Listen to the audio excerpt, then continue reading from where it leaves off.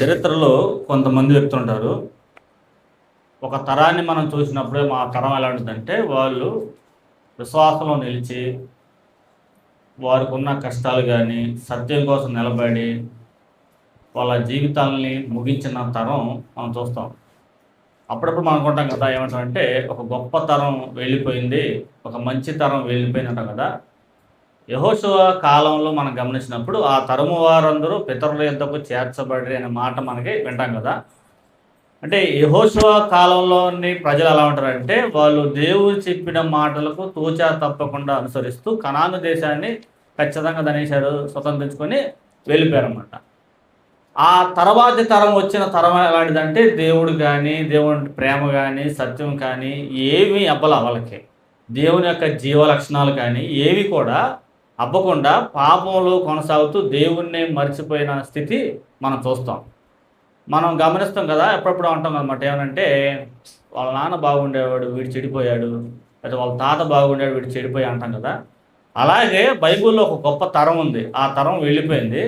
కానీ వాళ్ళు ఇప్పటికీ విశ్వాసం ద్వారా మనతో మాట్లాడుతున్నారు, ఇప్పటికీ వారి విశ్వాసం ద్వారా మనకు బోధిస్తున్నారు. మనకి హెచ్చరికగా ఆదరణగా ఉన్నటువంటి జీవితాలు మనకి ఉన్నాయి. చరిత్రలో కొన్ని తరాలు మనం చూసుకుంటే మనం గమనిస్తే అవి కేవలం ఏదో భూమి మీద ఉన్నాం అని జీవించి వెళ్ళిపోయేది కాదన్నమాట. వాళ్ళు ఒక చరిత్రను మార్చిన వ్యక్తులు భూమి మీద ఉన్నారు. దేవుని కోసం నిలబడ్డారు, సత్యం కోసం పోరాడారు, విశ్వాసంలో నిలిచారు, నిలిచి నిత్యత్వానికి ప్రవేశించిన వారు ఈ భూమి మీద ఉన్నారు. ఇప్పుడు మనం ఈ తరంలో మనం ఉన్నాం. అదే ఆప్షను, అదే అవకాశం అబ్రహాం గారికి, అదే అవకాశం దావీదు గారికి వచ్చినప్పుడు వాళ్ళ తరంలో వాళ్ళు నిరూపించుకున్నారు. యెహోషువ కానీ మోషే గారు కానీ అందరూ కూడా వాళ్ళకు ఉన్న తరంలో వాళ్ళకి ఇచ్చిన అవకాశాలన్నీ కూడా నిరూపించుకొని గొప్పగా జీవించి వెళ్ళిపోయారన్నమాట. బైబిల్లో మనం చూస్తాం కదా, ఒక గొప్ప తరం వెళ్ళిపోయిందని. ఇప్పుడు మనం ఉన్నాం, మన తర్వాత తరం వస్తారు కదా, వస్తారన్నమాట. వాళ్ళకి ఎవరు మాదిరిగా ఉండాలి?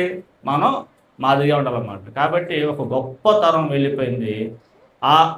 మనం ఈ తరంలో ఉన్నాం కాబట్టి మనకన్నా ముందు తరం వారిని మనం చూసుకొని వారి ద్వారా వారి జీవితం, వారి సత్యం కోసం నిలబడ్డ క్షణాలు, వారు దేవుని కోసం నిలబడ్డ గడియలు ఎన్ని జ్ఞాపకం చేసుకొని వారు ఎటువంటి పరిస్థితులు కూడా దేవుని కోసం నిలబడ్డారని విషయాలు ఆలోచించి మనం ఏం చేయాలంటే విశ్వాసాన్ని బలపరుచుకొని రాబోయే తరానికి మనం ఏం చేయాలంటే మంచి ఎలా ఉండాలి, మాదిరికరంగా మనం ఉండాలన్నమాట.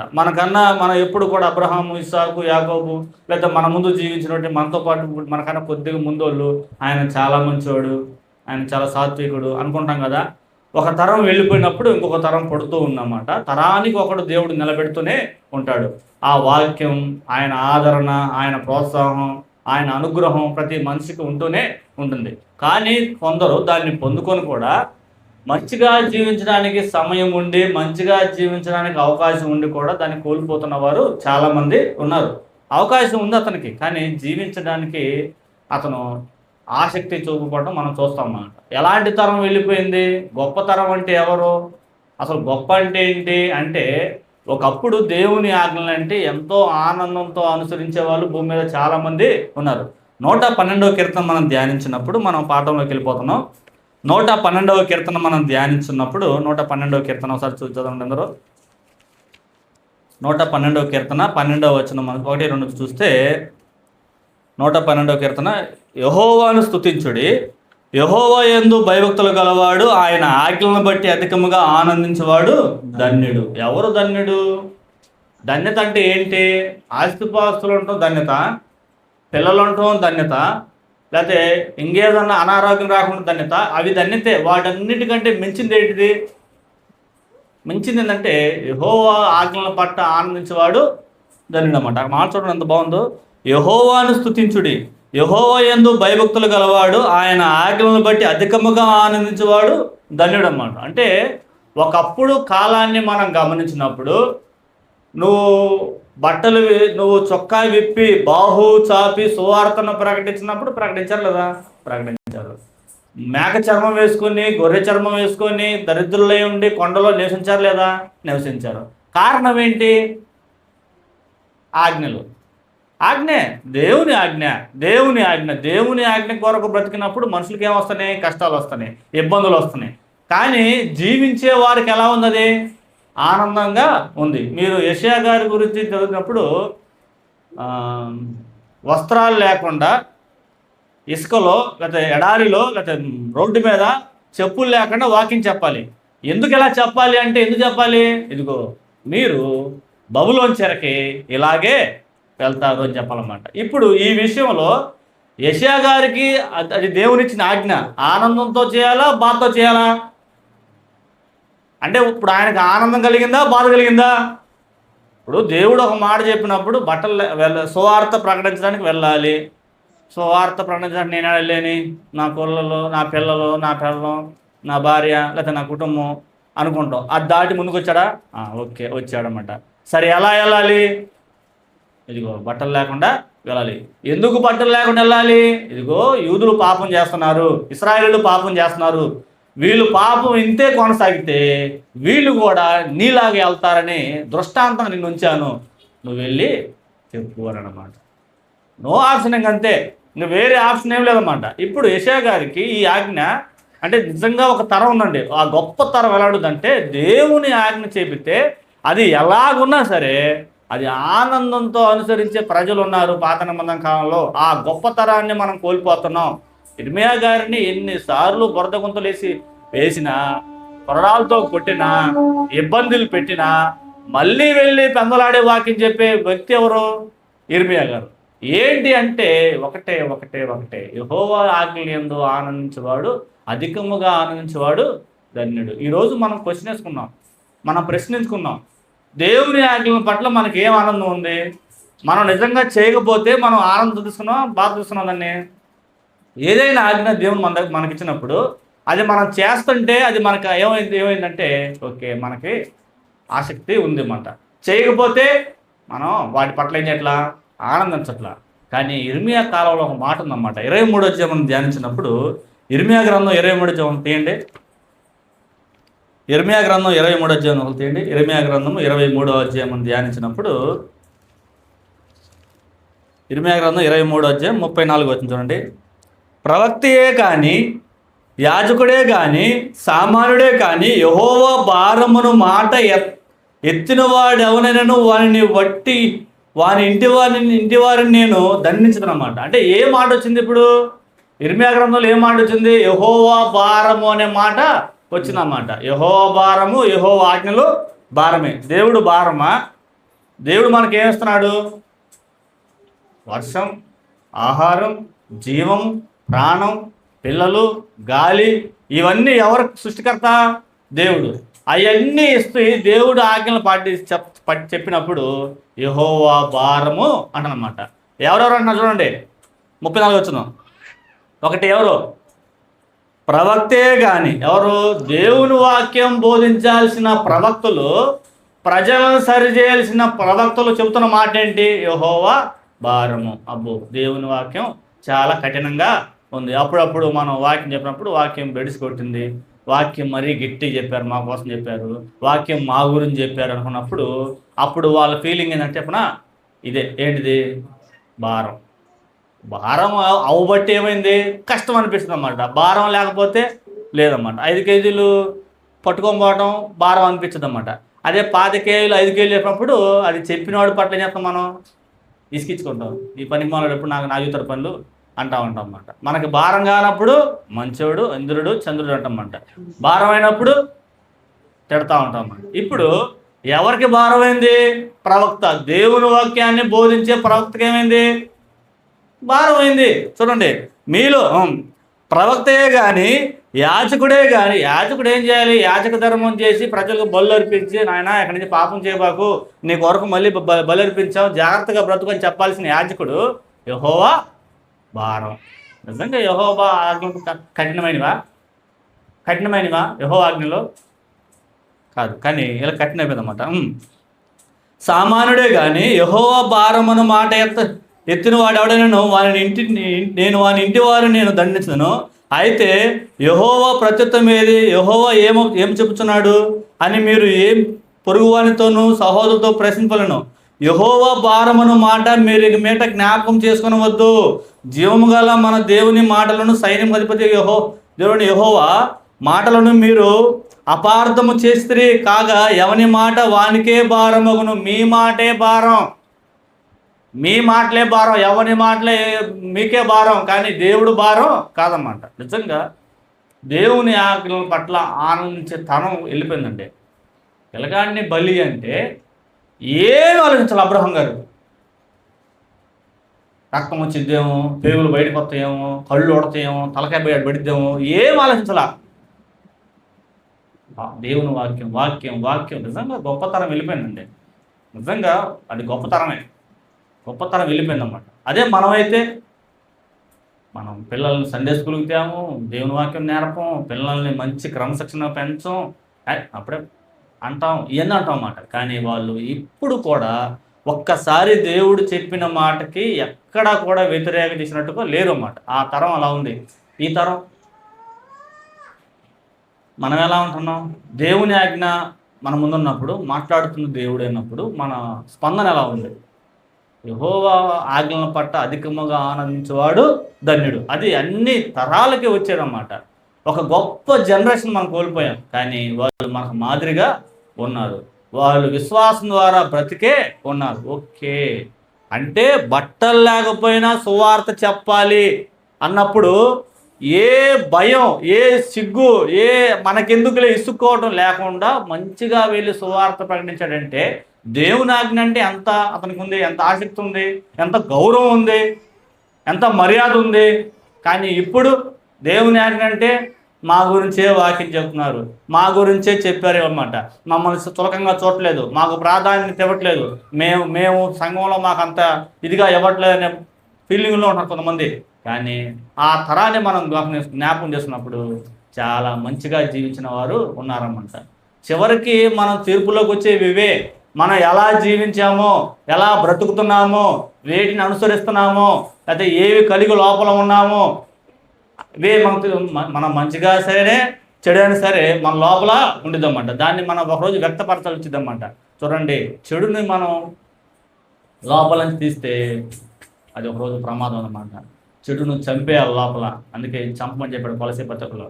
జారత్వము, అపవిత్రత, మత్సరము, క్రోధము, క్రోధము, అల్లరి, ఇవన్నీ ఏం చేయాలి?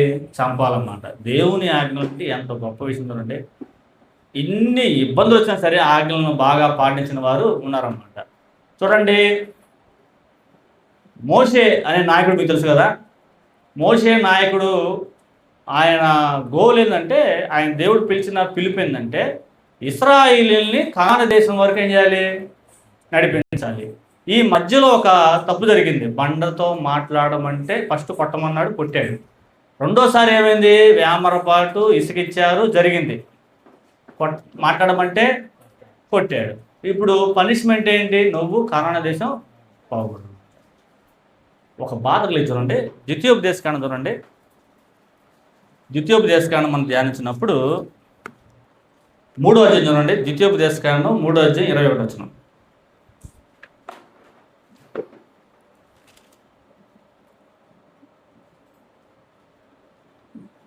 ఇరవై 23 ఉంటా చూడండి. ద్వితీయోపదేశకాండం 23 ఉంటా.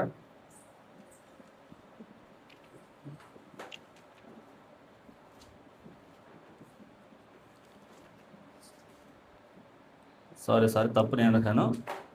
ద్వితీయోపదేశకాండంలో ఒక మాట ఉంటుంది అన్నమాట. 21వ అధ్యాయం సంథింగ్ అది ఉంది. ద్వితీయోపదేశకాండం ఒక మాట ఉంటుంది అన్నమాట. ఏంది ఆ మాట అంటే, మీకు తెలుసమ్మా, మోషేని కనాను దేశం పోవద్దు అన్నాడు కదా. అప్పుడు మోషే వచ్చి ఒకసారి బతిలాడతాడు. అయ్యా నువ్వు వెళ్ళొద్దని చెప్పేస్తాను అనమాట. ఒకసారి మళ్ళీ వచ్చి బతిలాడతాడు. అయ్యా నేను ఒకసారి వెళ్తానా అంటే ఆ విషయం మళ్ళీ మాట్లాడుతుంటాడు దేవుడు. ఇంకా ఆ విషయంతో మాట్లాడుతూ ఆపేసి అంటాడు అంతేగా. ఇప్పుడు 60 లక్షలు 30 లక్షల మంది జనాంగాన్ని నడిపించిన మోషే అంత కష్టపడి విసికించి ఇసుకుపోయి ఉన్న పరిస్థితి ఒకరోజు వెళ్ళి చూస్తాను అన్నమాట. ఎవరిని? కనాను దేశం చూస్తానన్నమాట. దేవుడు పోయాంగ్లా ఎమ్మడేం చెప్పాడు? నువ్వు వెళ్ళొద్దు, నేను ఇచ్చి ఒకసారి మాట ఇస్తే అది ఆ మాట ఇంక అంతే అన్నమాట. నువ్వు ఎంత మంచిగా జీవించినా ఇంకా వద్దంటే వద్దు. ఇక మనమైతే ఏం చేస్తామండి? అదే ప్లేస్లో మనమైతే ఏం చేస్తామండి? అసలు నువ్వు దేవుడివేనా? నువ్వేముండాలి? కరుణ ఉండాలి, జాలు ఉండాలి, పాపాలను క్షమించే గొప్ప మనసు ఉండాలి అంటమాట. ఎవరిని? దేవుడికే వాక్యం చెబుతాం మనమైతే, దేవుడికే వాక్యం చెబుతాం మనం. కానీ మోసే ఆ మాట అనలా. ఇక మాట్లాడుకుని వెళ్ళిపోయాడు. సార్ అయ్యా నేను ఒకసారి చూస్తానంటే వద్దు, ఇంకా ఆ విషయం ఎత్తొద్దు అంటాడన్నమాట దేవుడు. కానీ మనమైతే నీకు కనికరం లేదు, నీకు జాలి లేదు, నీకు దయ లేదు, అసలు నేను ఇంత కష్టపడితే అంటాం మాట. కానీ మోసే ఆ మాట అనలా. నిజంగా గొప్పతరం వెళ్ళిపోయింది. ఒక్కసారి దేవుడు ఏదైనా ఇస్తాననుకుంటే ఇస్తాడు, ఇవ్వడకుంటే ఇవ్వడు. ఆ క్లారిటీ మనకు ఉండాలన్నమాట. అది లేనప్పుడు ఏమిటంటే దేవుడు మేము అలుగుతాం, దేవుడు మేము విసిగించుకుంటాం, దేవుడు మాకేం చేయట్లా అనడం, దేవుని దూషిస్తే స్థితికి నలుతాం. ఒకవేళ దూషిస్తే ఎవరు దూషించాలండి? 30 లక్షలు 60 లక్షల మంది జనాంగాన్ని భరించి, వారి మాటలు భరించి, అరణ్యంలో వాళ్ళకి మార్గాలు, న్యాయాధిపతుల్ని, యుద్ధాలని, ఒకసారి అయితే ఆ కర్ర ఎత్తి పట్టుకుంటాడు అన్నమాట. ఆ కర్ర చెయ్యి నొప్పి కదా, కరెక్ట్గా పట్టుకుంటా పొద్దుగులు ఉదయం మొదలుకొని సాయంత్రం వరకు చెయ్యి నొప్పే. తర్వాత ఇద్దరు వస్తారన్నమాట, ఇటు ఒకళ్ళు ఈ చేయికి ఒకళ్ళు, ఈ చేయికి ఒకళ్ళు నిలబడ్డ పట్టుకోవడానికి అన్నమాట. కానీ ఇవన్నీ పడ్డాడన్నమాట ఎవరు? మోసే. ఎర్ర సముద్రం నుంచి ఆ నిందన గురించి వీళ్ళందరూ చెప్పాలి కదా. ఈ ఐగుప్తు నుంచి తీసుకురావటం, ఫరో ముందుకు పోవటం, ఈ ఛాలెంజెస్ ఉన్నాయన్నమాట. ఇవన్నీ నెరవేర్చినా కానీ ఒకరోజు చెప్పాడన్నమాట ఎవరు? దేవుడు, నువ్వు కనాన్ దేశం పోవని చెప్పాడన్నమాట. ఎక్కడైనా సరే గర్వంతో, ఎక్కడైనా సరే ఎంతో దేవుడిని అలిగాడా? అలగల. సైలెంట్గా ఒకసారి 34 వచ్చింది చూడండి. నేను చెప్పాలనుకున్నది 34 వచ్చింది చూడండి. ద్వితీయోపదేశకాండం 34 వచ్చా 7 అవుతుంది చూడండి. 34:7 మోషే చనిపోయినప్పుడు 120 సంవత్సరములు ఈడు గలవాడు, అతని దృష్టి ఎన్నేళ్ళంట? 120. చూడండి, మోషే చనిపోయినప్పుడు 120 సంవత్సరాలు ఈడు గలవాడు, అతనికి దృష్టి మాంద్యము లేదు, అతనికి సత్తువ తగ్గలేదు. ఇశ్రాయేలీయులు మోయాబు మైదానంలో మోషేను బట్టి 30 దినములు దుఃఖము సలపగా, మోషేను గురించిన దుఃఖము సలిపిన దినములు సమాప్తం ఆయనమాట. ఏదంట? దృష్టి మాంద్యము తగ్గలేదు, అతనికి సత్తువ తగ్గదన్నమాట. మరణాన్ని స్వీకరించాడు ఎవరు? మోషే. దేవుడు మాటకి నువ్వు కనాన దేశం వెళ్ళకూడదన్నప్పుడు, ఇప్పుడు కనాన దేశం వెళ్ళకూడదు కదా, ఇప్పుడు ఎక్కడ ఉండాలి? ఐగుప్తులో ఉండాలా? దమస్కులో ఉండాలా? వేరే ప్రాంతాల్లో ఉండాలా? లేదు. ఏమవ్వాలి? ఇప్పుడు చనిపోవాలన్నమాట. చనిపోయే సమయానికి ఏముంది? ఇంకా వయసు ఉంది మోషేకి, ఇంకా వయసు ఉంది. నన్ను అడిగితే కనాన దేశం వెళ్ళినా కూడా 40 ఏళ్ళు బతికే అవకాశం ఉంది అన్నమాట. ఎవరికి? కనీసం 20 ఏళ్ళు బతికే అవకాశం ఉందన్నమాట. ఎవరికి? మోషేకి. కానీ దేవుడు యాక్సెప్ట్ చేయాల. వద్దు అంటే సైలెంట్గా వెళ్ళిపోయి మరణంకి వెళ్ళిపోయాడు అన్నమాట. అంటే మనకి ఒక గర్వం వచ్చింది అన్నమాట. ఇంత చేసా కదా, ఇంత ఏం చేస్తున్నాం కదా, ఇంత కష్టపడుతున్నాం కదా అన్నమాట. ఎంత కష్టపడతాం? మోషే కంటే ఎక్కువ కష్టపడతాం మనం. మోషే కంటే ఎక్కువ భారం కలిగి ఉన్నాం మనం. దేవుడు మనకు సంఘం అంతా, మన సంఘ సభ్యులు 50, 60, 100, 200, 300 లోపు ఉంటామన్నమాట. మోషే లక్షల మందికి నాయకుడు. ఆయనకున్న వ్యతిరేకత, ఆయనకున్న బాధ అనుభూతి వచ్చాడన్నమాట. 30 మంది సంఘం మన మీద వ్యతిరేకత వస్తే మనం ఏడుచి కూర్చుంటాం. మనం 20 మందికి మనం ఏదో అయిపోయింది అనుకుంటాం అన్నమాట. అంటే అప్పుడు తెలియలా, వాక్యం తెలిసే కొద్ది మనకేమంటే అర్థమవుతామన్నమాట. కానీ మోషే అన్నీ చేసినా సరే దేవుడు వద్దంటే కనాన దేశం పోలా. మరి ఎక్కడే పోవాలి? చనిపోయాడన్నమాట. మరణాన్ని ఇచ్చాడన్నమాట. ఎవరు? మోషే. దేవుడు మాటకు విధేయుడాడన్నమాట మోషే. మనం చిన్న కుటుంబంలో మరణం జరిగితే దేవుని దూషిస్తాం, ప్రమాదం జరిగితే దేవుని దూషిస్తాం, దేవునికి సరిగ్గా విలువేమో. కానీ ఒక గొప్ప తరం వెళ్ళిపోయింది. వాళ్ళంటి మంచి జీవితం లేవన్నమాట. చూడండి, దేవుని ఆజ్ఞ మనకు వచ్చినప్పుడు అది పూచా తప్పకుండా మనం పాటించాలి. అది మేలైనా కీడైనా, అది మేలైనా కీడైనా. ఇప్పుడు కీడంటే ఏంటి? పాపం కాదు, ఇప్పుడు చనిపోవాలి ఇంకంతే.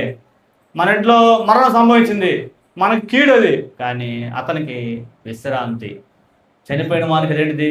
విశ్రాంతి. మనం ఎవరు డిసైడ్ చేయడానికి? ఎవరు ఎంతకాలం బతకాలో?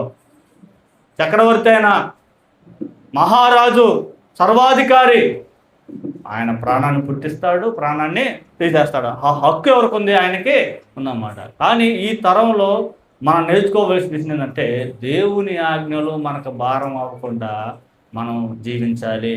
దేవుని ఆజ్ఞలు మనకు భారం అవ్వకూడదు. ఆదివారం ఆరాధన టయానికి రండి అంటాం. మనకు భారం అవుతుందా లేదా? భారం భారం భారం. ఆలోచించండి. కొద్దిగా ముందుకు వచ్చారనుకోండి, తండ్రి అయిన దేవునికి ప్రారంభంలో తండ్రి ఈ వారవంతం మనం కాపాడామని హృదయపూర్వకంగా ఏం చేయొచ్చు? ప్రార్థన చేయొచ్చు. ఒకసారి మీకు యోబు గారి గురించి మనం చెప్తానండి. యోబు గ్రంథం మనం ధ్యానించినప్పుడు ఆయన ఒక ఆ తరంలో ఆయన ఒక మంచి వ్యక్తి అన్నమాట. యోబు గ్రంథం 19వ అధ్యాయం మనం ధ్యానించినప్పుడు 13వ అధ్యాయం ఉంటుంది, 19వ అధ్యాయం ఉంటుంది. ఆయన ఒక గొప్పతనం చూసినప్పుడు మనం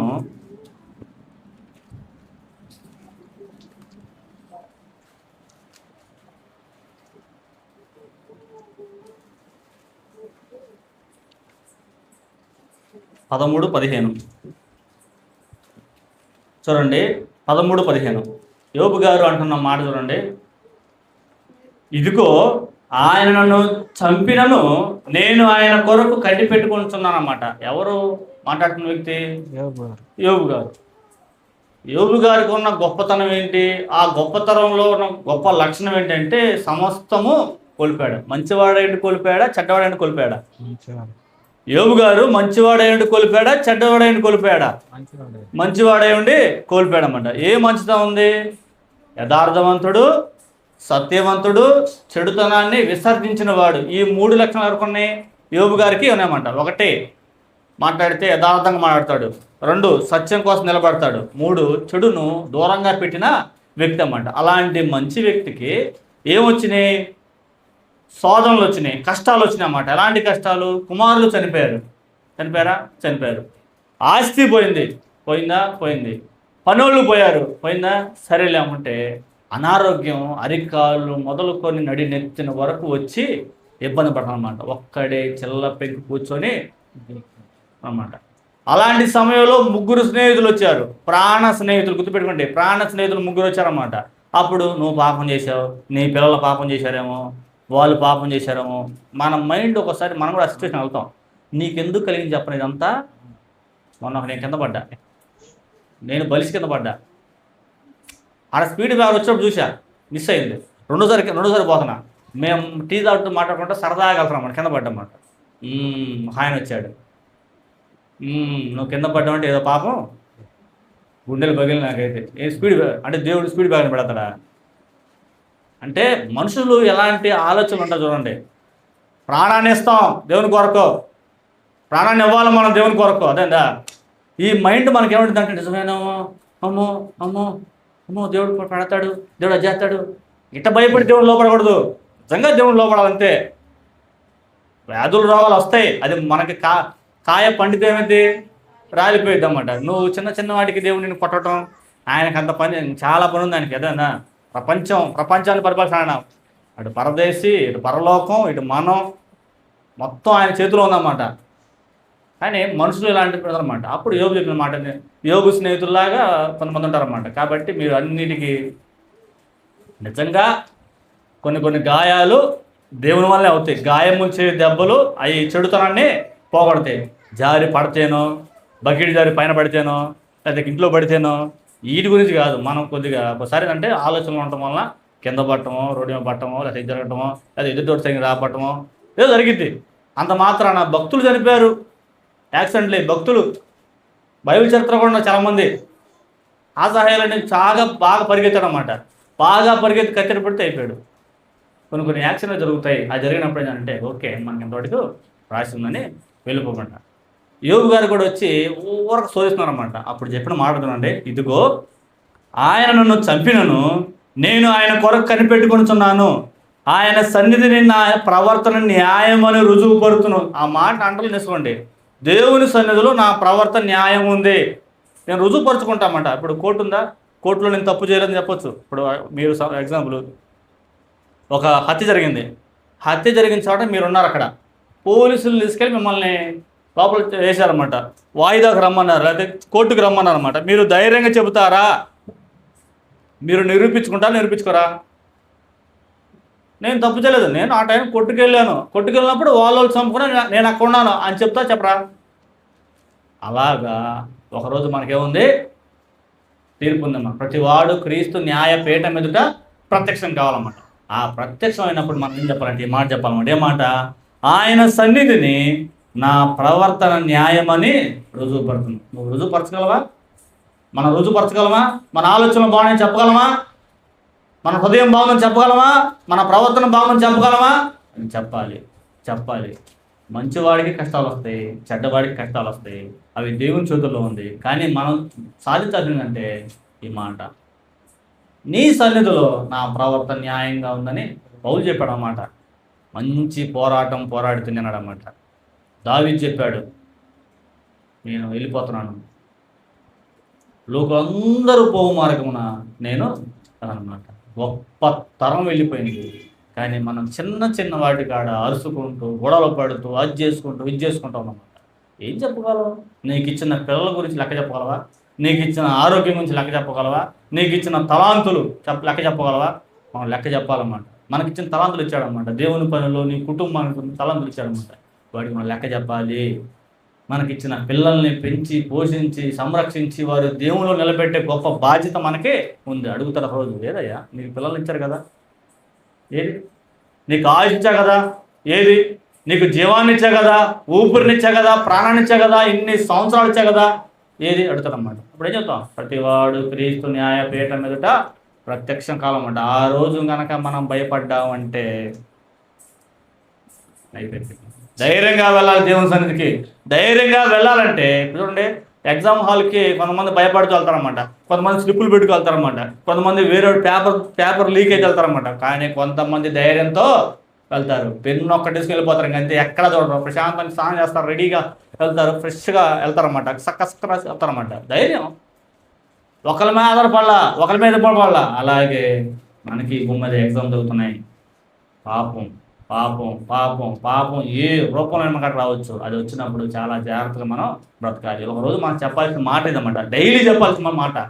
నువ్వు ఇప్పుడు తీసుకెళ్ళి నన్ను అలాగని గర్వంతో చెప్పకూడదు. మళ్ళీ అలాగని పరలోకం, మొన్న ఇంతకుముందు ఒక 10 ఏళ్ల క్రితం ఒక ఆయన వాక్యం చెప్పాడు, పరలోకం ఎవరు వెళ్తారంటే ఒక చేతుంది ఒక ఆమె, పక్కన ఉన్న పేట కదా అది వెళ్ళడానికి,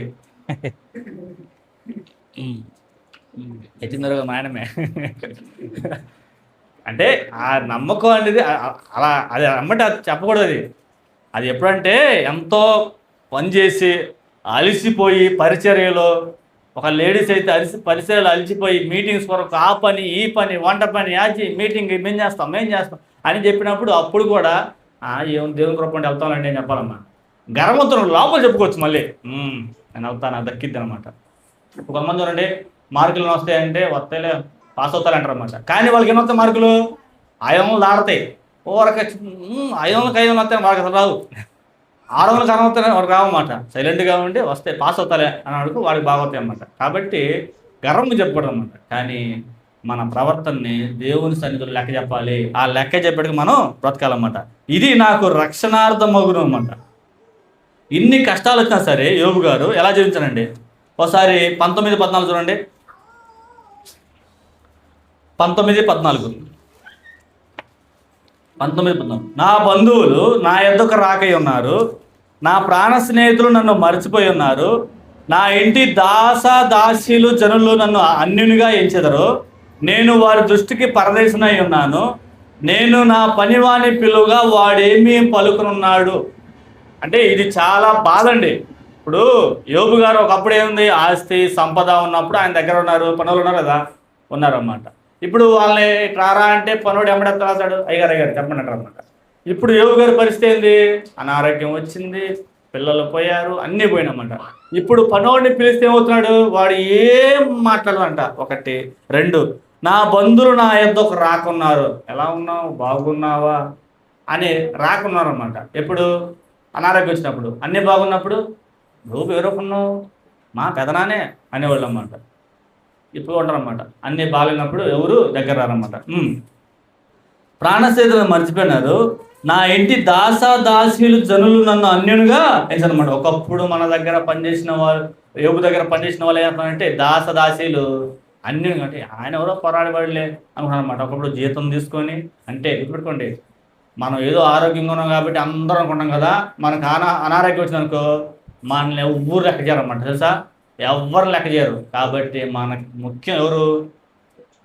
దేవుడు ఆరోగ్యం ఇస్తే ఈ లింక్ అంతా ఉండిద్ది. దేవుడు ఆరోగ్యం అయిపోతే ఈ లింక్ మొత్తం మొత్తం పోయిద్ది అన్నమాట, ఏమి ఉండదన్నమాట. నిజంగా ఒక అనారోగ్యం చూడండి, జీవితాన్ని మొత్తం ఇదా అనిపించింది అన్నమాట. ఈ నేల కోసం మీకోసం అనుకుంటాం, కానీ గుర్తుపెట్టుకోండి, దేవుణ్ణి మర్చిపోతే జరిగేది ఇదే.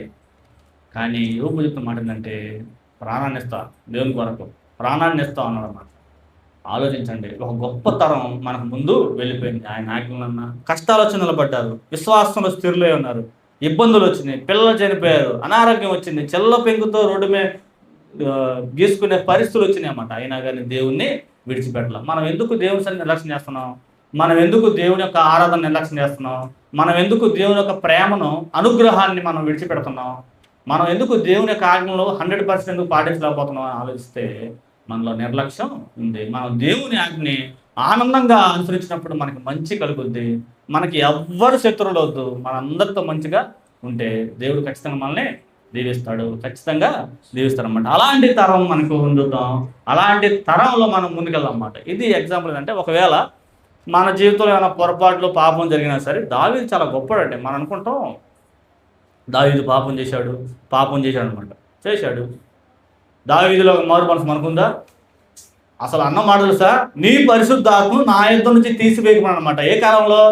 పాత నిబంధన కాలంలో ఒక కీర్తన రాసి ఇశ్రాయేలుకి ఇచ్చాడనమాట. ఏమని? నేను పాపం చేశాను దేవా, నన్ను కడుగు, నన్ను బాగుగా కడుగు అన్నమాట. ఎందుకంటాం? మీరు ఒకవేళ బురద గుంతలో పెడితే మీ ఫీలింగ్ ఏంది? శుభ్రంగా స్నానం చేస్తారన్నమాట. బురద గుంతలో పెడితే చేస్తారు, చేయరా? పాపంలో పడ్డ వ్యక్తి కూడా ఏం చేయాలంటే అలాంటి పరిస్థితి కలిగి ఉండాలన్నమాట. అసలు దావీదు గారు చెప్తున్న మాట చూడండి, 51వ కీర్తన చూడండి, 51వ కీర్తన చూడండి, 51వ కీర్తన,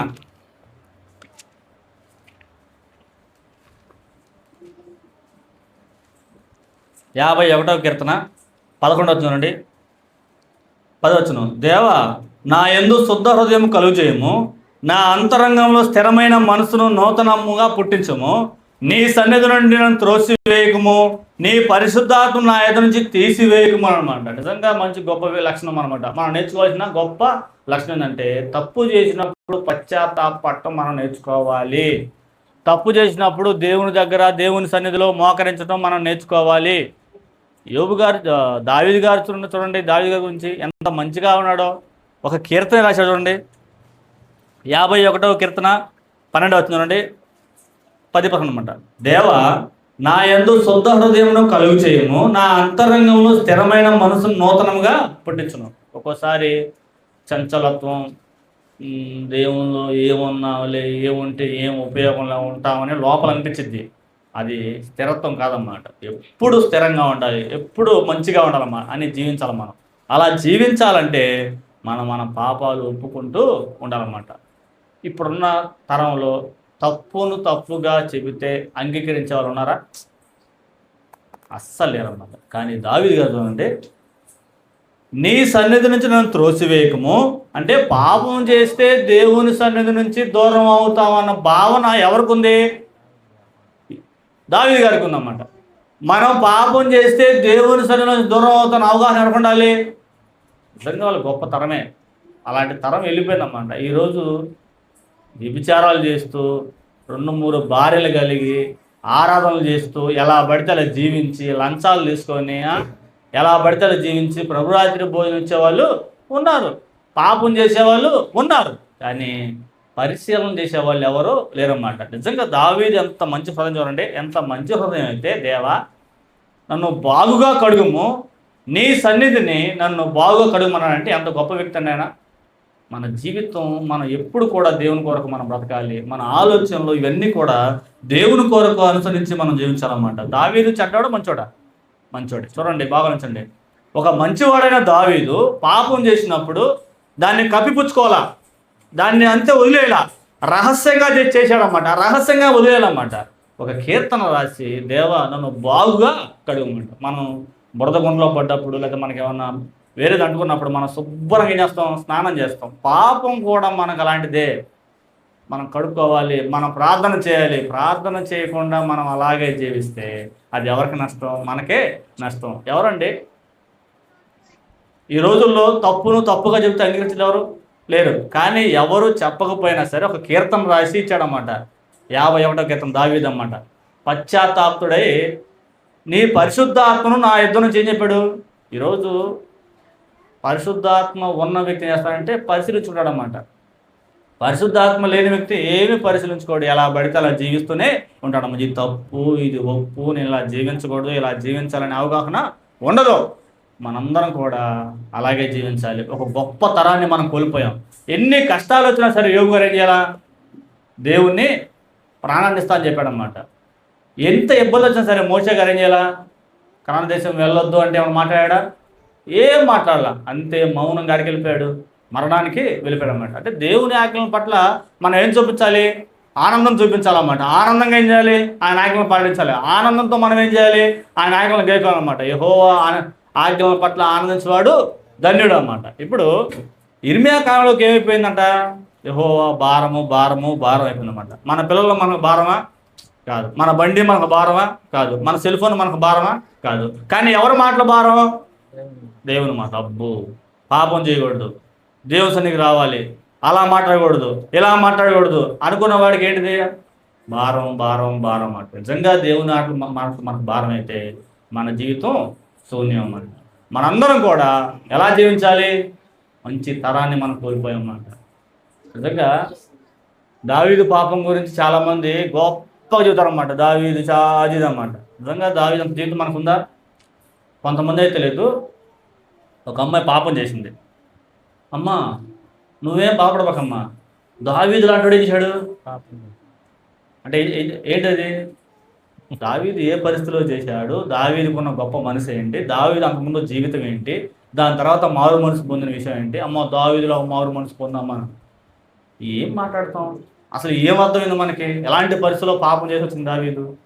దానికి శిక్ష ఎలా అనిపించేస్తాం మీకు? దావీదు జీవితం ఆ శిక్షలు తెలుసు. అసలు దావీదు శిక్షలో తన కుమారుడి వ్యతిరేక వచ్చాడనమాట. చెప్పులు లేకుండా నడిచిన రోజులు ఉన్న రాజ్యాన్ని విడిచిపెట్టి వెళ్ళిపోయాడన్నమాట. ఎవరు? దావీదు పాపం చేసి అనుకుంటామన్నమాట. తర్వాత పరిస్థితి ఏంటంటే కుమారుడిని కోల్పోయారు. ఇంట్లో పాపం జరిగిందా? కూతురు పాపం జరిగిందా? జరిగిందన్నమాట. అమ్మోని మోహించాడు లేదా? జరిగింది. చెప్పులు లేకుండా రాజ్యాన్ని విడిచి పారిపోయాడు లేదా? పారిపోయాడు. శత్రువులు వ్యతిరేకత వచ్చిందా లేదా? వచ్చింది. ఒక్క పాపం వల్ల ఇది జరిగితే మనమేమో అమ్మ దావీదు లాంటి గొప్పవాడు చేశాడంట, పాపం చేశాడమ్మా, నువ్వు మారు మనసు పొందమ్మా అని చెప్పాలంట. బైబిల్ ఏం చెప్పింది? వ్యభిచారం చేస్తే సంఘంలోంచి వేలే ఏం చెప్పింది అన్నమాట. చూడండి కొరింథీ పత్రిక ఒకసారి. కొరింథీ పత్రిక 5వ అధ్యాయం చూడండి ఒకసారి. 5వ అధ్యాయము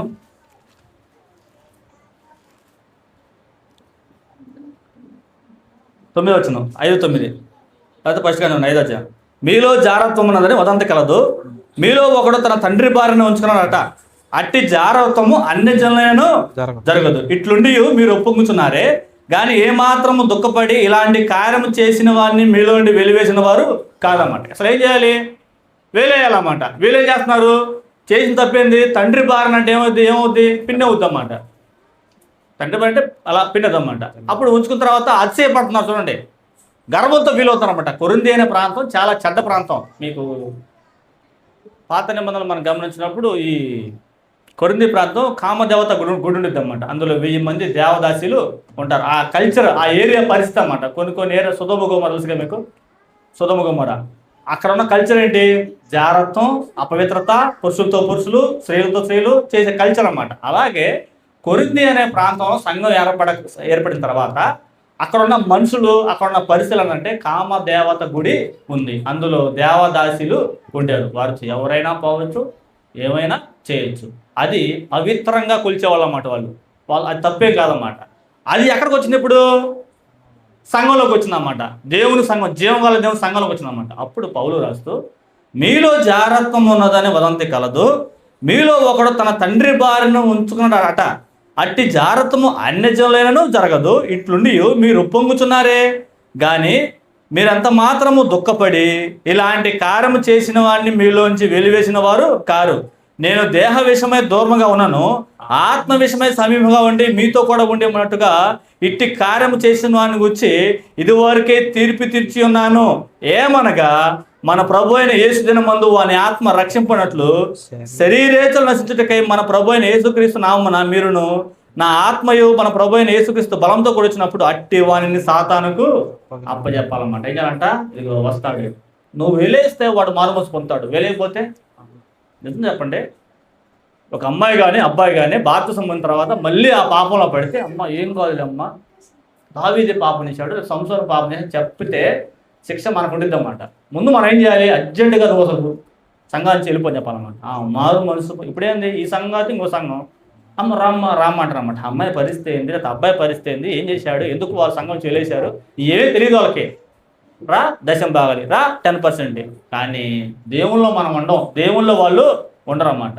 వెళ్ళేయాలి. అప్పుడు వెళ్ళేస్తే బుద్ధి వచ్చి ఏడ్చి ఇబ్బంది పడి అప్పుడు వస్తాడు సంఘానికి, మారు మనసు పొందాలన్నమాట. 2 కొరింథీ పత్రిక రాసేటప్పుడు అప్పుడు చెబుతాడనమాట, ఇంతకన్నా మరీ బాధ పెట్టడం బాగోదు, అతన్ని చేర్చుకోండి అంటాడనమాట. అంటే మొదటి పత్రికలో ఏం చేయాలి, తర్వాత 2 కొరింథీ పత్రిక అప్పుడు వాళ్ళు చేర్చుకోవాలి, ఆ మాట వేలేశారన్నమాట. 2 కొరింథీ పత్రిక అప్పుడు చేర్చుకోండి, మరీ బాధ పెట్టడం బాగోదు, మారు మనసు పొందాడు, నాకు వినపడుతున్నాయి ఆ బాధలు అన్నమాట. అప్పుడు చేసినమాట, ఇంక వాడు లైఫ్లో పాపం చేయడు. అదే మన మాట, ఏం కాదులే అమ్మా, ఏం కాదులే అయ్యా అంటే, మోహం లేని సమాజాన్ని మనం కట్టాలి, మోహపు చూపు లేని పిల్లలను మనం తయారు చేయాలి. కానీ సంఘంలో ఉన్న పిల్లలే మొన్న ఒక మాట అన్న, 3 ఆడపిల్లలు అంట, మళ్ళీ పాపం చేసింది. ఏం చేస్తావు, ఉన్న పిల్లలకి ఏం చేయాలి, బాధ్యతలు ఏం చేస్తావు. 2 ఆడపిల్లలు వాళ్ళ హస్బెండ్ మంచి వ్యాపారం పెట్టుకుంటే ఆ వ్యాపారంలో వచ్చిన వాడితో చండాలం ఉంది లోకం, మనమే చెప్పాలి లోకానికి. కానీ మనుషులు చండాలంగా బ్రతుకుతూ ఉన్నారన్నమాట. ఒక గొప్ప తరాన్ని మనం చూద్దాం, బైబిల్లో చూడండి ఎంత మంచి తరం ఉందో, ఎంత మంచి. యోసేపు చూడండి, పొరుగు దేశం ఐగుప్తు దేశం అన్నమాట, సొంత దేశంలో మనం బతకలేకపోతున్నాం. ఎలా చేయగలను పాపం అన్నమాట. ఆమె వచ్చి పాపం చేయంటే ఎలా చేయమంటావు, నేను దేవుని ముందున్నాను అన్నమాట. మనం చెప్పగలం ఆ మాట, అని చెప్పలేము. కొత్త దేశంలో బతకలేకపోతున్నాం. అమ్మ లేదు, నాన్న లేదు, అన్నలమ్మ లేవు, ఎవ్వరు లేరు, ఒక్కడే ఉన్నాడు అన్నమాట. బైబిల్ ఉందా, యోసేపు బైబిల్ ఉందా, యోసేపు సంఘం ఉందా, ప్రార్థన ఉందా అంటే ఈ ప్రార్థన ఉందా. కానీ చూడండి, పొరుగు దేశంలో దేవుని కొరకు నిలబడ్డాడు అన్నమాట. నువ్వు నిలబడి దేవుని కొరకు నిలబడటం అంటే ఏదో చేయడం కాదు, పాపం చేయకుండా ఉండటమే. చాలామంది నిలబడ్డాం మేము, ఆ ప్రాంతం దేవుడు నన్ను లేవనెత్తాడు, ఈ ప్రాంతంలో లేవనెత్తాడు. ఏం లేవనెత్తాడు, నువ్వు నీతిగా బతటే లేవనెత్తడం అంతే. దేవుని అనుగ్రహం అంటే ఏంటి, ఎప్పుడు కూడా మంచిగా జీవించు, చెడొద్దు అని చెప్పటమే లేవనెత్తడం. ఇంకా నేను తీసుకెళ్ళి ఏం చేయడు, పైన పెట్టడు. పైన పెడితే ఏమవుతావు, మళ్ళీ కింద పడతావు.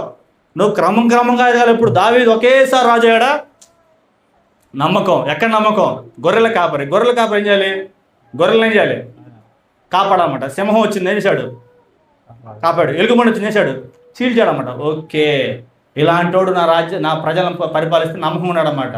అప్పుడు బాగుంటుందని దేవుడు కనిపించి అక్కడి నుంచి ఎక్కడికి వచ్చాడు, రాజ్యాన్ని ఇచ్చాడన్నమాట. అలా అంత గ్యాప్ ఉంటుంది మనిషికి. ఎమ్మటే దేవుడికి మనకేమాడు, విజయాన్ని ఇవ్వడమాట. అలా ఇచ్చినా కానీ దావీదు ఇచ్చాడు, పాపం చేశాడనమాట. దేవుడే వదిలిపెట్టలా. మళ్ళీ ఏం జరిగింది, అక్కడి నుంచి మళ్ళీ కింద పడ్డాడనమాట. దేవుడి దగ్గర పక్షపాతం ధోరణి కానీ లేకపోతే మనవడే కానీ అనేమి ఉండవు. ఎవరికైనా ట్రీట్మెంట్ ఒక్కటే అన్నమాట. కాబట్టి మనం నేర్చుకోవాల్సింది ఏంటంటే, దేవుని ఆజ్ఞలు మనకు చెప్పినప్పుడు మన ఫీలింగ్ ఎలా ఉంది, మనం ముందుకు వెళ్తున్నామా వెనక్కి వెళ్తున్నామా అని పరిశీలించుకోవాలన్నమాట. ఒక తరాన్ని మనం చూసినప్పుడు 60 లక్షల జనాంగాన్ని నడిపించిన మోషే నువ్వు కనాను దేశం వెళ్ళొద్దంటే అంతే వెళ్ళిపోయాడు అన్నమాట. ఏం మాట్లాడాల. మనమైతే అసలు నువ్వు మంచోడివి కాదు, నువ్వు చెడ్డోడివి, నువ్వు అది అనేవాడు. ఎవరికి, దేవునికే వాక్యం చెప్పేవాడు. కానీ వాళ్ళు అలాంటి ఏం మాట్లాడు. నీ పిల్లగాడిని బలి అని చెప్పిన తర్వాత ఒక్క మాట మాట్లాడాలి అబ్రహాం గారు. తెల్లారి పొద్దునే గాడిద గంత కట్టి 3 రోజులు ఎన్ని రోజులు 3 రోజులు ప్రయాణం మోరియా కొండకి ప్రయాణం చేసి కత్తెత్తిన తర్వాత అబ్రహాము ఆగమంటే అప్పుడు ఆగాడు. అది స్పందన, దేవుని మాటకు స్పందన అన్నమాట. మనం ఎలా ఉంటున్నాం, ఒకసారి ఏహెజ్కేలు గ్రంథం చూసుకుని ముగించుకున్నాం. ఏహెజ్కేలు గ్రంథం మనం ధ్యానించినప్పుడు బైబిల్లో పాత నిబంధనలో 689వ పేజీ 4వ అధ్యాయం ధ్యానించినప్పుడు 4వ వచనం, 4వ అధ్యాయం 4వ వచనం. ఎహెజ్కేలు గ్రంథం పాత నిబంధనలో 689వ పేజీ 4వ అధ్యాయం 4వ వచనం. మరియు నీ ఎడమ ప్రక్కన పండుకొని ఉండి ఇశ్రాయేలు వారి దోషమును దాన్ని మోపవెలను. ఎన్ని దినములు నీవు ఆ తట్టు పడుకొందువు అన్ని దినములు నీవు వారి దోషమును భరింతువు. ఇశ్రాయేలు వారి దోషమును నువ్వు భరించినట్లుగా వారు దోషము చేసిన సంవత్సరం లెక్క చొప్పున నీకు 390 దినములు నిర్ణయించి ఉన్నానన్నమాట. ఇప్పుడు యెహెజ్కేలు ఎవరు? ఇటనండి, యెహెజ్కేలు ఎవరు? ప్రవక్త. ఏ కాలం ప్రవక్త? ఇశ్రాయేలీలు చెరకెళ్ళే ముందు ప్రవక్త అన్నమాట. అప్పుడు దేవుడు ప్రవక్తను లేపి నువ్వు వెళ్ళి వాళ్ళకి వాక్యం చెప్పు అంటే వాళ్ళు మారట్లా. ఇప్పుడు మారే కాలం అయిపోయిందన్నమాట. ఇప్పుడు ట్రీట్మెంట్ అన్నమాట. ఇప్పుడు ఇగో వాళ్ళు ఎన్ని సంవత్సరాలు పాపం చేశారో అన్ని సంవత్సరాలు ఏం చేయాలి? ఒక పక్క పడుకోవాలన్నమాట. బాగానండి. 90 దినములు నిర్ణయించున్నాను. ఆ దినములు గడిచిన తర్వాత కుడి పక్కన పండుకొని ఉండి 40 దినములు యూదావారి దోషములు భరించాలన్నమాట. ఇప్పుడు ఒక పక్కే పడుకోవాలన్నమాట. ఎన్ని రోజులు? 90 రోజులు. యూదావారి దోషములకు ఎన్ని రోజులు? 40 రోజులు. మీరు ఒక పక్కే పడుకుంటారా? 90 రోజులు ఒక పక్కే అప్పుడు పడుతారు అన్నమాట. ఏంది ఒక పక్కే పడుకున్న 90 రోజుల నుంచి? ఇంట్లో కాదు, మళ్ళీ ఇంట్లో కాదు, వాళ్ళ ముందు అన్నమాట. ఏంది ఇలా పడుకున్నామంటే ఇదిగో ఇన్ని రోజులు మీ పని అయిపోయింది, 40 రోజులు మీ పని అయిపోయింది, మీరు చెరకెళ్తారు, వేరే రాజ్యం వచ్చి మిమ్మల్ని హింసించిద్ది, బతుకుండగానే చర్మాన్ని వచ్చి తీసుకెళ్తారు. కారణం ఏంటంటే మీరు దేవుని యొక్క మాట వినలేదు అని చెప్పి అన్నమాట. ఒకటి అయిపోయింది అన్నమాట. 2వ వచనం అండి, 10వ వచనం. నీవు లేకపోతే 7వ వచనం అండి, 7వ వచనం. ఇలాగూ నీవు యెరూషలేము ముట్టడి వేసినట్లుగా తేరి చూచి చొక్కాయిని తీసివేసి బాహువు చాపి దాని గురించి ప్రకటింపాలన్నమాట. ఇప్పుడు యెహెజ్కేలు ఏం చేయాలి? 90 రోజులు పడుకోవాలి, 40 రోజులు పడుకోవాలి. పడుకున్న తర్వాత మళ్ళీ ఏం చేయాలి? చొక్కా తీసేసి బాహువు చాపి వారికి ఏం చేయాలి? వాక్యం చెప్పాలి. కష్టమా కాదా? మైకు పట్టుకుని వాక్యం చెప్పడం అంటే బ్రహ్మాండం చొక్కా చూద్దాం, కానీ రోడ్ల మీదకి వెళ్ళి చొక్కా చెప్పి వాక్యం చెప్పమంటే కష్టమా కాదా? ఎండలో కష్టమా కాదా? కష్టం. దేవుని మాట ఇంకా ఆప్షన్ లేవు అక్కడ. ఎవరి దగ్గర? దేవుని దగ్గర ఆప్షన్స్ ఏముండవు. చెప్పింది చేయడమే అంతే. ఏలియాకి ఎవరి దగ్గర పోయింది ఆహారం? ఏలియాకి ఆహారం ఎలా వెళ్ళింది అన్నా? కాకి. కాకితే ఇంగ్లీష్ నిద్రాలా. చిన్న కొంతమంది ప్లేట్కి ఏమన్నా సైడ్ ఏమన్నా మసి కానీ సరిగ్గా అంట్లు కూడా సబ్బు కానీ అనుకో పళ్ళో ఇస్సు నవ్వుతారు ఆ తరం. ఇప్పుడు ఆలోచించండి, కాకి బెస్టా చిన్న సబ్బు బెస్టా? ఏది బెస్తమ్మా? సబ్బే బెస్ట్. ఇది క్లీన్గా ఉంది. కాకి ఆడబెడితే మూకు పెట్టిదన్నమాట. కానీ దేవుని దగ్గర ఇవేం అనమాట. దేవుడు చెప్పాడు చేయమాట. చక్రవర్తి ఆయన అంతే, మహారాజు. ఒకరోజు దేవుని నిలబడతాం, అప్పుడు చెబుతారనమాట. ఓకే శబాష్ అంటారన్నమాట. బాహువు చాపి నీవు 2వ ప్రక్కన తిరుగుక అదే పాడు ఉన్నట్లు నిన్ను కట్లతో బంధించును. మళ్ళీ ఒకవేళ 40 రోజులు ఈ పక్కే పడుకొని నువ్వు మళ్ళీ తిరుగుతావేమని నిన్నేం చేస్తాడు? తాడు కడతాడనమాట. మీకు ఇంతకుముందు స్క్రీన్ ఉండేది, తాడు కడతారనమాట. 40 రోజులు ఏం చేయాలి? ఇటే పడుకోవాలన్నమాట. తర్వాత 90 రోజులు ఏం చేయాలి? ఈ పక్క పడుకోవాలన్నమాట.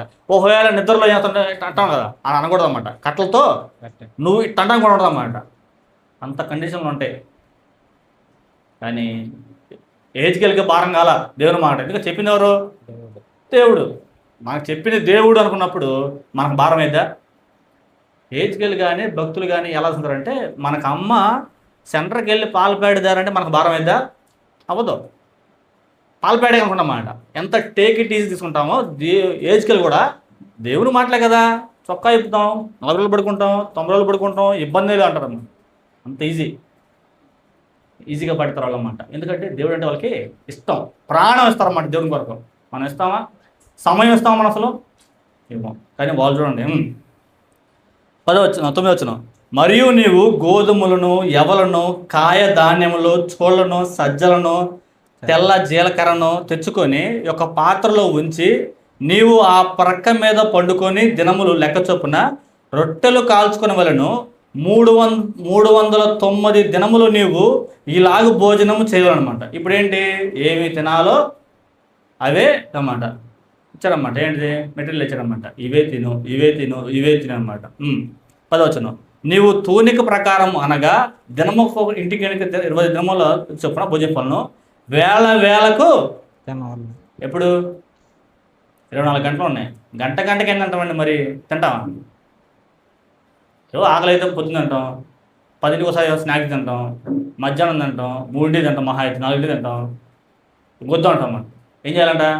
గంట తినాలంట. మళ్ళీ ఏంటి సమయం మళ్ళీ తినాలి, మళ్ళీ వేరే తినమాట. నిజంగా డైలీ పచ్చడి పెట్టి తింటారా మీరు? డైలీ పప్పు అయితే తింటారా? తినం. కానీ 90 రోజులు ప్లస్ ఒక 40 రోజులు, 130 రోజులు దేవుడు చెప్పిందే తినాలి, ఆయన పడుకోమంటే పడుకోవాలి. ఇంకంతే. ఆప్షన్ ఉందా? లేదన్నమాట. అంటే దేవుని మాట ఒక గొప్ప తరం వెళ్ళిపోయింది నిజంగా. వాళ్ళు గొప్ప తరమే. 13 వచనం. నేను వారి జోలి జనము ఇశ్రాయేలీయులు ఈ ప్రకారము అపవిత్రమైన ఆహారం భుజితురని యెహోవా సెలవిచ్చును. 11 చూడండి. 11 వచనం. నీళ్ల కొల ప్రకారము అరడి చొప్పున ప్రతి దినము త్రాగవలను, వేళ వేళకు త్రాగలన్నమాట.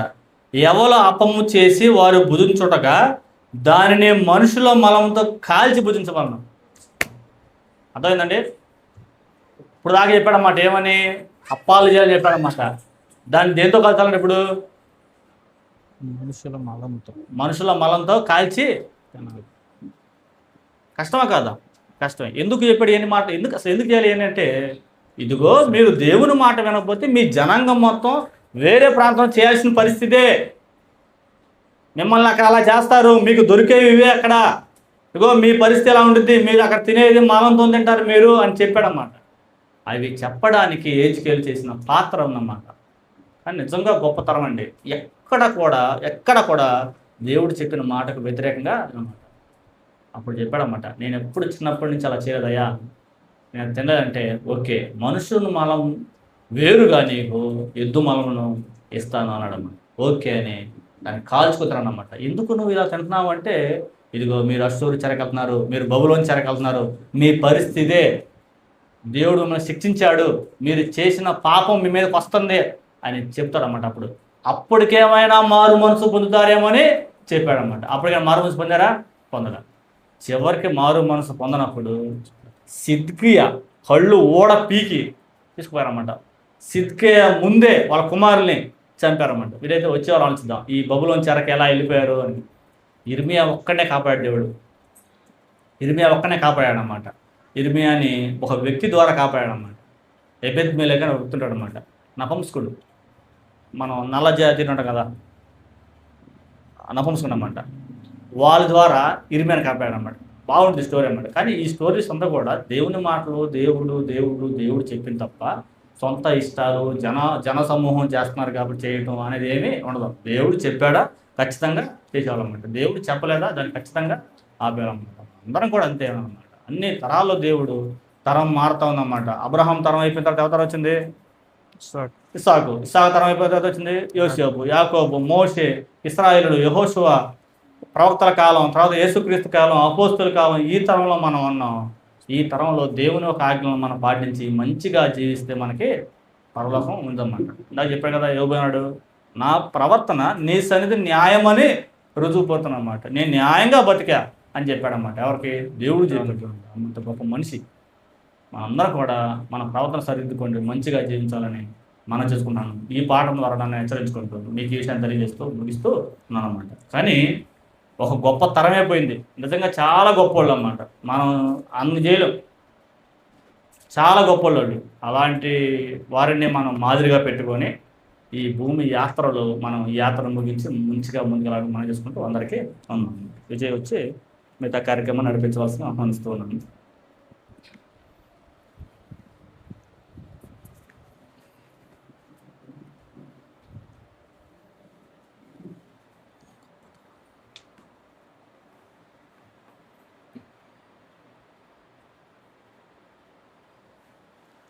ఇప్పటివరకు సోదరులు